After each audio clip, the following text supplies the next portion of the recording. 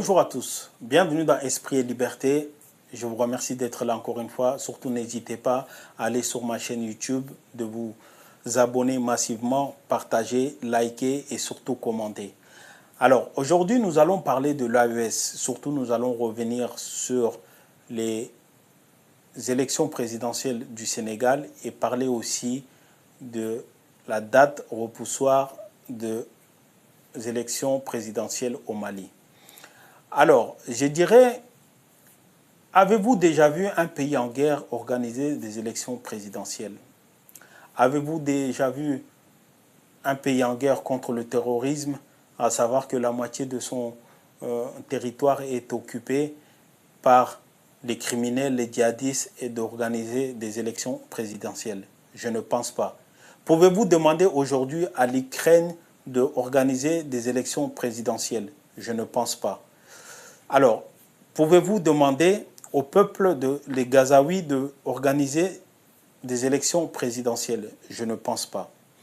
Alors, je dirais tout simplement, encore une fois de plus, je m'adresse à mes sœurs et frères africains qui sont à travers les réseaux sociaux. Il faut comprendre les choses. La politique n'est pas le temps des réseaux sociaux. C'est plus que ça.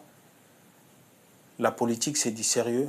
La politique, ce n'est pas du blabla. La politique, on n'est pas là pour s'amuser et échanger, tout simplement, venir faire plaisir, c'est-à-dire aux personnes à travers les réseaux sociaux.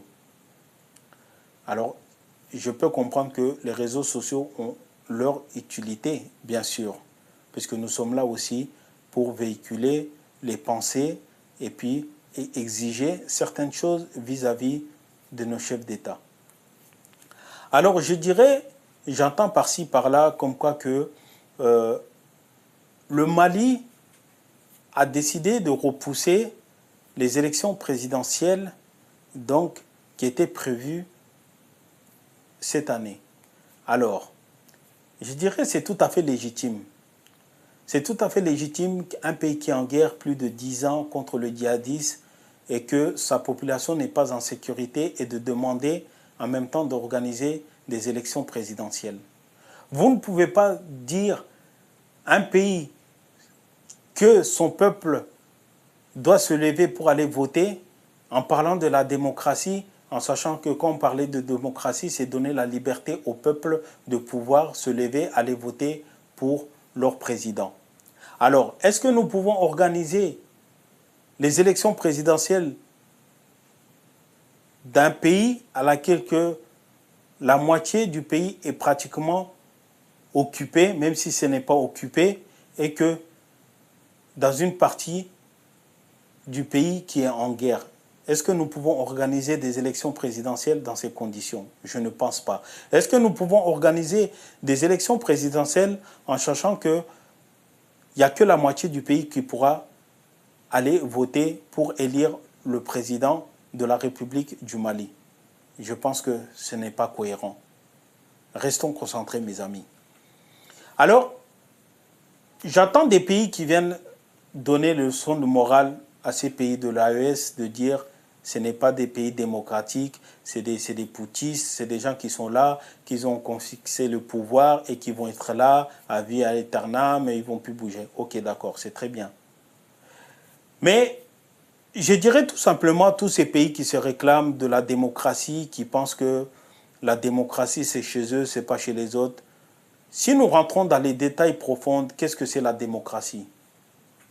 Et réellement, puisque moi je vois qu'il y a des pays voisins qui ont tripouillé, qui ont changé leur constitution pour pouvoir se représenter une troisième fois, une quatrième fois. Il y a des pays même qui sont, ça fait plus de 40 ans qu'ils sont au pouvoir et pourtant ils sont élus démocratiquement, mais qu'ils n'ont jamais voulu laisser la place démocratiquement pour quelqu'un d'autre.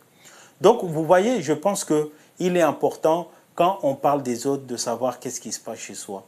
Nous attendons souvent que ces pays de l'AES, ils sont là, ils mettent les gens en prison, machin. Mais combien de pays, soi-disant démocrates, que les opposants ils sont en prison et qu'ils n'ont pas le droit de parler?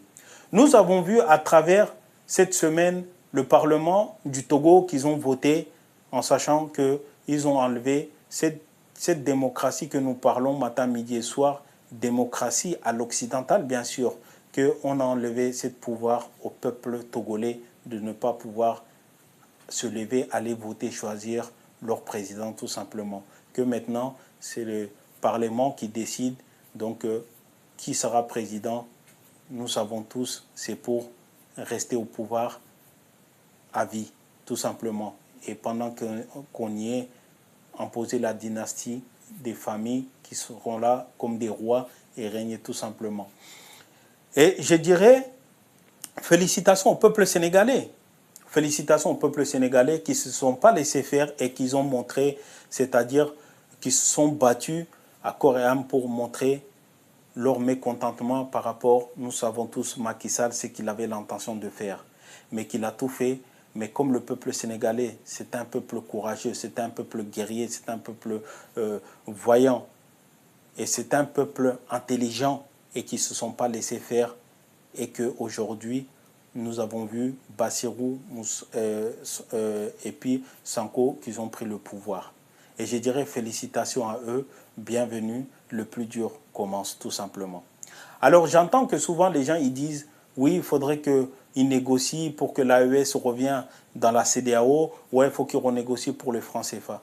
Je dirais tout d'abord, la première des choses, c'est attendre que les gens puissent prendre leur service, qu'ils puissent prendre le fauteuil présidentiel et pouvoir comprendre la politique, qu'est-ce que c'est la politique, puisqu'il a une différence d'être, c'est-à-dire candidat et être président.